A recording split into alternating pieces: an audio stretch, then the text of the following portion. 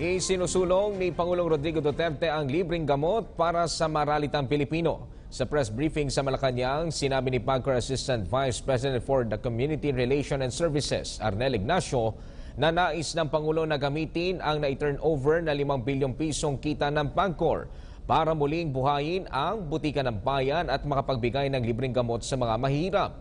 Ang Butika ng Bayan ay nauna nang ipinatupad sa ilalim ng dating Pangulong Gloria Arroyo. Ani Ignacio, maliban dito, pinaghahandaan na rin ng PAGCOR ang paglalaan ng pondo sa ilang pampubliko ospital katulad ng Philippine General Hospital, National Kidney Center at Heart Center. Solid plans na magpatayo. Pero doon naman sa department ko, meron kaming sinisimulan na mag-allocate ng funds sa PGH, sa National Kidney at saka sa Philippine Heart Center. So simulan namin doon with small funds sandali, and then if it works, lalagyan namin ng lalagyan. But then ang trust nga ng Presidente doon sa huli naming pagkikita ay ibuhayin uli yung Butika ng Bayan. Kasi mabigat sa loob niya yung merong kandalang reseta, pagkatapos hindi mo mabili yung gamot.